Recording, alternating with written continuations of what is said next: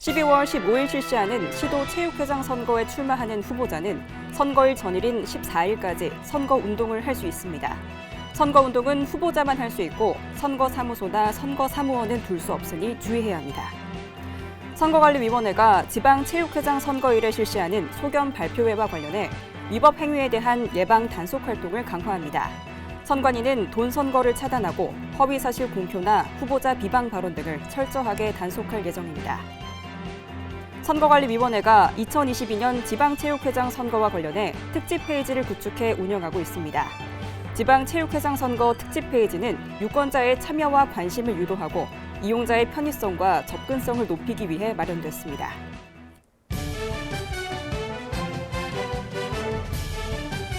시청자 여러분 안녕하십니까? 한국선거방송 뉴스입니다. 오늘 15일 시도체육회장 선거가 실시됩니다. 시도체육회장 선거를 위탁 관리하고 있는 선거관리위원회는 지난 4일과 5일에 후보자 등록 신청을 받았는데요. 후보자 등록 신청을 마친 후보자는 선거일 전일인 14일까지 선거운동을 할 수 있습니다. 후보자의 선거운동과 관련된 자세한 내용 알아봅니다. 오는 15일 실시하는 시도체육회장 선거에 출마한 후보자는 선거일 전일인 14일까지 선거운동을 할 수 있습니다.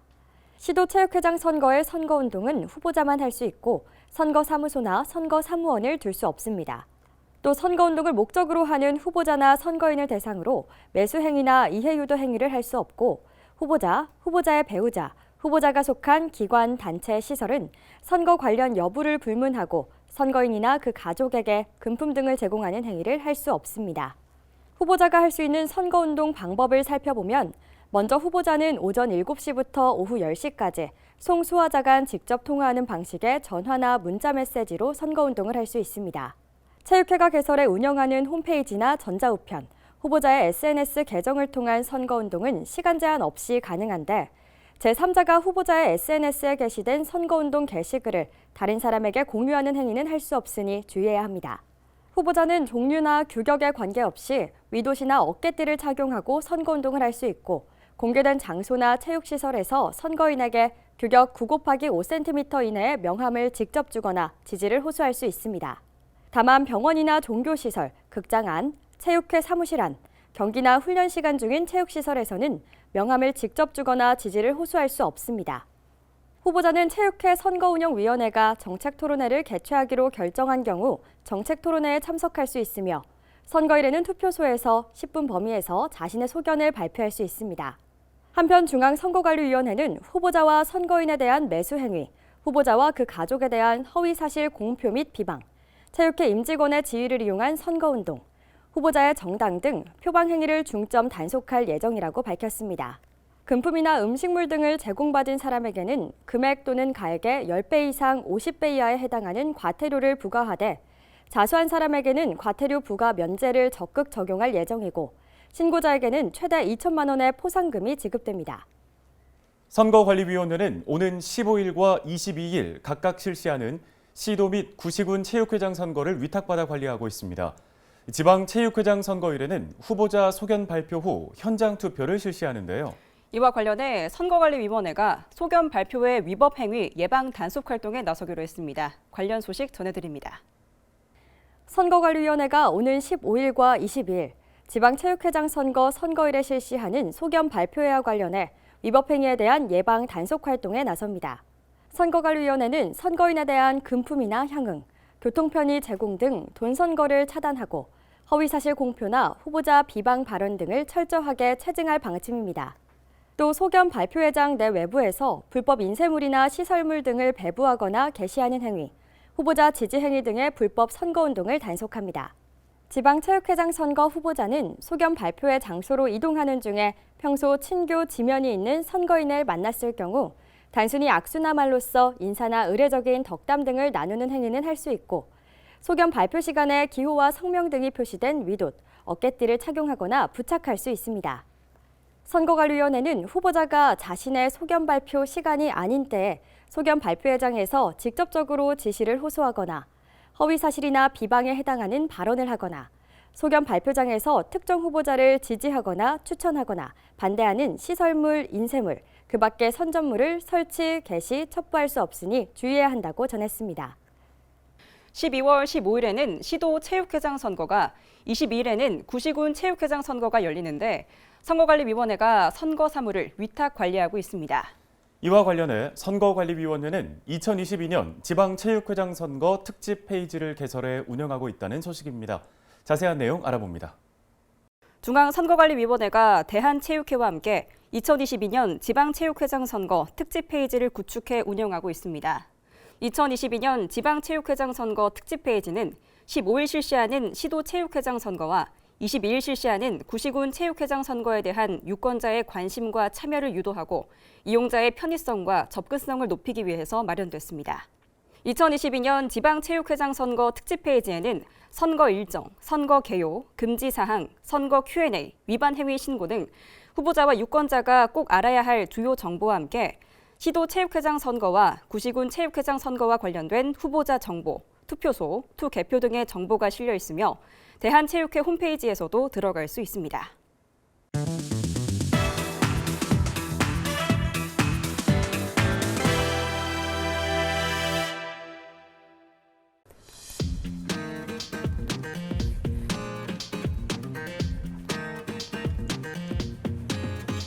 이번 시간은 우리 일상과 밀접한 관련이 있는 선거, 정치, 민주주의와 관련 있는 이야기를 나누는 선거 키워드 시간입니다. 김선 아나운서, 오늘의 키워드는 뭔가요? 네, 오늘의 키워드는 경선입니다. 뉴스에서 자주 쓰이는 말이죠. 이 경선은 둘 이상의 후보가 경쟁하는 선거를 뜻합니다. 좀 더 구체적으로 이야기하면 정당이 대통령 선거나 국회의원 선거, 지방선거와 같은 공직선거에 후보자를 추천하기 위해 실시하는 선거를 경선이라고 합니다. 네, 공직선거에서 보면 하나의 선거구 안에서 같은 정당으로 많은 예비 후보자들이 나오잖아요. 경선이라는 것은 같은 정당에 있는 예비 후보자들 가운데 그 정당을 대표하는 후보자를 선출하는 것이군요. 네, 그렇습니다. 이 정당이 실시하는 경선은 공직선거법에도 규정되어 있는데요. 정당은 공직선거 후보자를 추천하기 위해 경선을 실시할 수 있고 보조금 배분 대상이 되는 정당은 당내 경선 사무 중에 경선운동과 투개표에 관한 사무의 관리를 관할 선거구 선거관리위원회에 위탁할 수도 있습니다. 네, 그렇다면 경선은 어떻게 실시되는 건가요? 네, 이 정당이 실시하는 경선도 공직선거에 후보자를 선출하는 선거이기 때문에 최대한 공정하고 객관적인 방법으로 실시돼야 하는데요. 정당이 당원만을 대상으로 실시하는 방법과 일반 국민을 대상으로 여론조사를 하는 방법, 당원 투표와 여론조사를 함께 실시하는 방법이 있습니다. 그런데 여론조사를 실시할 때는 정당의 당헌이나 당규, 경선 후보자 간의 서면 합의가 있어야만 합니다. 우리나라에서는 지역구 국회의원 선거나 지방선거의 경선은 해당 선거구의 지역당원을 대상으로 실시하는 경우가 많고 비례대표 국회의원 선거나 대통령 선거, 당대표 선거의 경선은 전국 단위이기 때문에 당원과 일반인을 대상으로 실시하는 정당이 많습니다.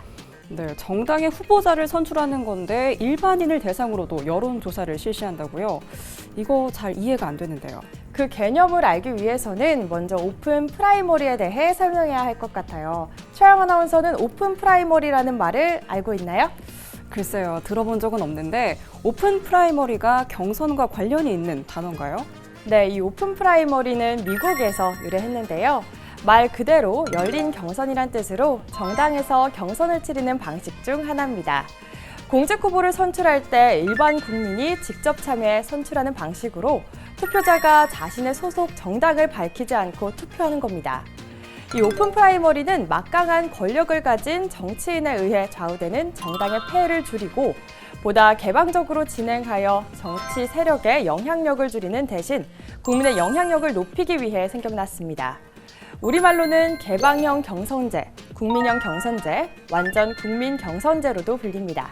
네, 정당의 폐해를 줄이기 위해서 일반 국민이 정당의 경선에 함께하는 거였군요.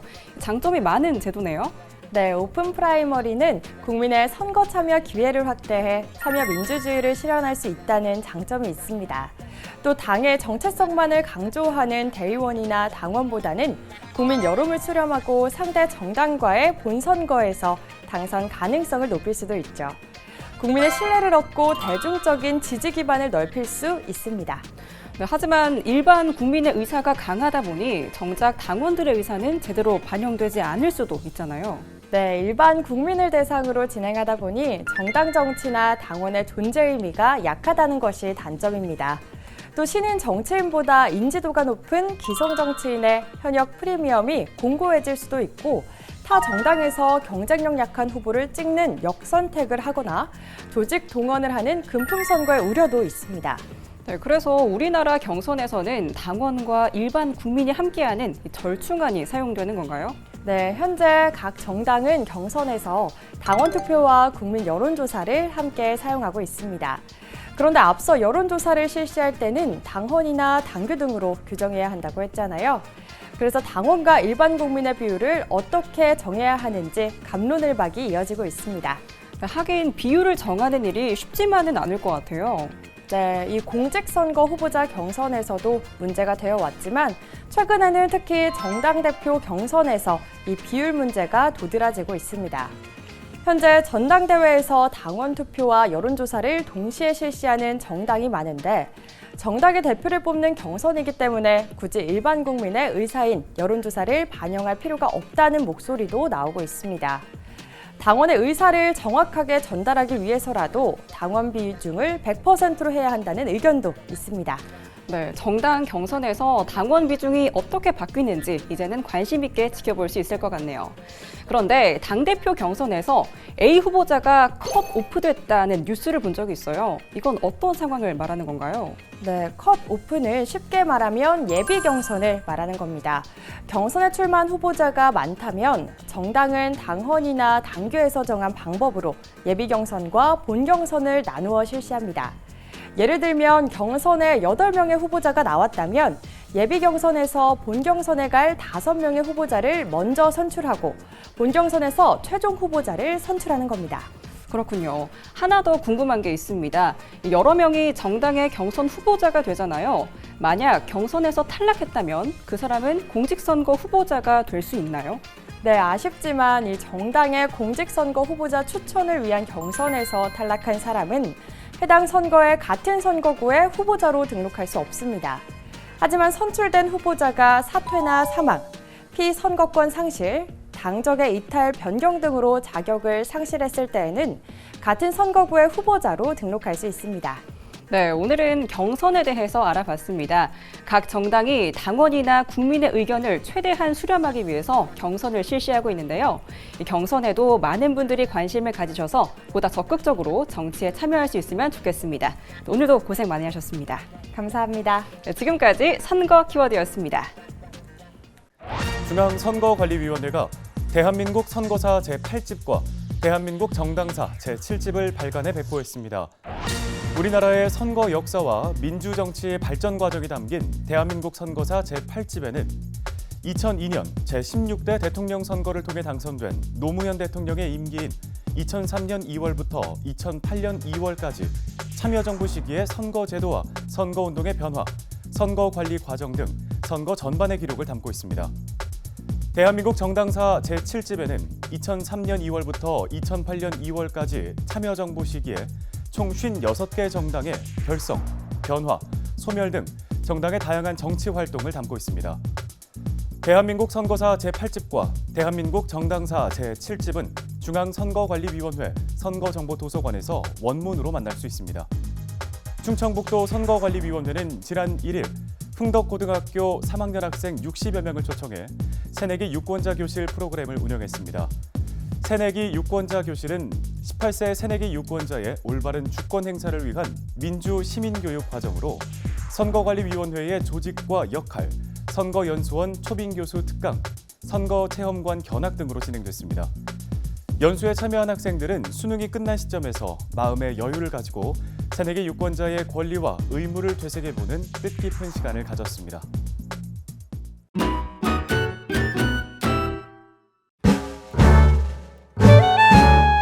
네, 안녕하세요. 저는 일산 마두동과 탄현동에서 14년째 헬스장을 운영하고 있는 우동균이라고 합니다. 반갑습니다.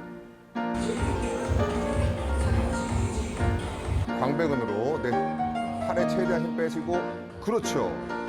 제가 회원들을 지도한 지 벌써 18년이 되었는데 가장 중요하게 생각하는 점은 운동은 정말 너무 좋은 거잖아요. 누구한테나 정말 좋은 건데 사람들이 이걸 꾸준히 하지 못하세요. 네. 그래서 그 꾸준히 하지 못하는 사람들에게 흥미와 재미를 줄 수 있게 하는 것, 그래서 꾸준하게 이 운동을 할 수 있게 하는 것이 가장 중요한 점이라고 생각합니다.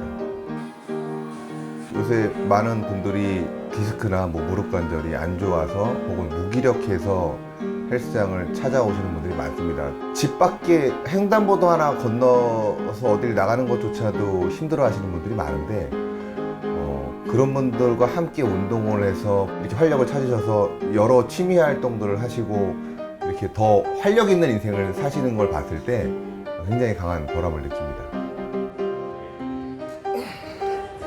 웨이트 트레이닝이라는 운동이 무게를 다루는 운동인데 대부분 남자분들이 뒤돌아서면은 굉장히 많은 무게를 뒤에서 낑낑 매시면서 들고 계세요. 근데 아직 자세에 대한 숙달이 되지 않은 상태에서 그렇게 무거운 무게를 드시다가 다치셔서 또 운동을 한 달, 두 달 쉬시고 그런 경우를 많이 보는데 최대한 관절에 부담이 안 가도록 그리고 자기의 체형에 맞게 기구 조절을 하시고 그 궤적을 전문가들의 도움을 통해서 그런 방법을 배우신 다음에 무게를 치셔야 관절에 무리 없이 안전하고 건강한 운동을 할 수 있습니다.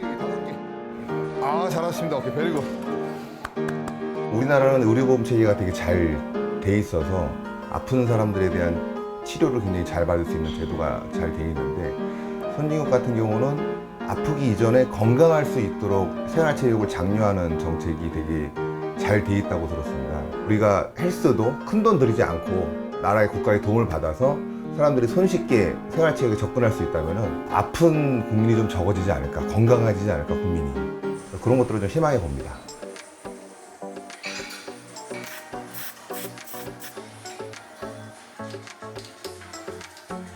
나에게 선거는 삶 그 자체라고 생각합니다. 지금 현재도 내가 뽑은 당선인들에 의한 그들이 펼치는 정책에 의한 삶을 살고 있고 앞으로도 내가 뽑을 당선에 의한 정책에 의한 삶을 살 테니 나에게 정치란, 나에게 선거란 삶 그 자체라고 생각합니다.